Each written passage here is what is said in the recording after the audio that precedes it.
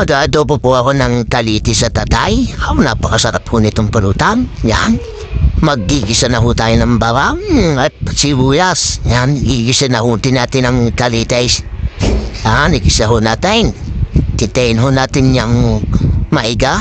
At lalagyan na ho natin ng toyo. Yan, nalagyan na nga ng toyo. Lagyan na din ho natin ng suha. Yan. Tapos lagyan din natin ng paminta. Yan, para magkalasa na ho. Tsaka asin. Yan, tsaka konting betchay. Lagyan natin yan. At hintayin po natin yung maiga-iga. Yan. Hanuin po muna natin. At pag yan po iga-iga na yan, ilalagay na po natin ang atay. At ilulutuin lang natin ang atay. At ayan po okay na. Yan. At iyan ang nga Paul. Luto na iyan. Ito na ang ating adobong kalitis at atay. Sarap itong pulutan. Bawi sasawso natin sa sukang iyan.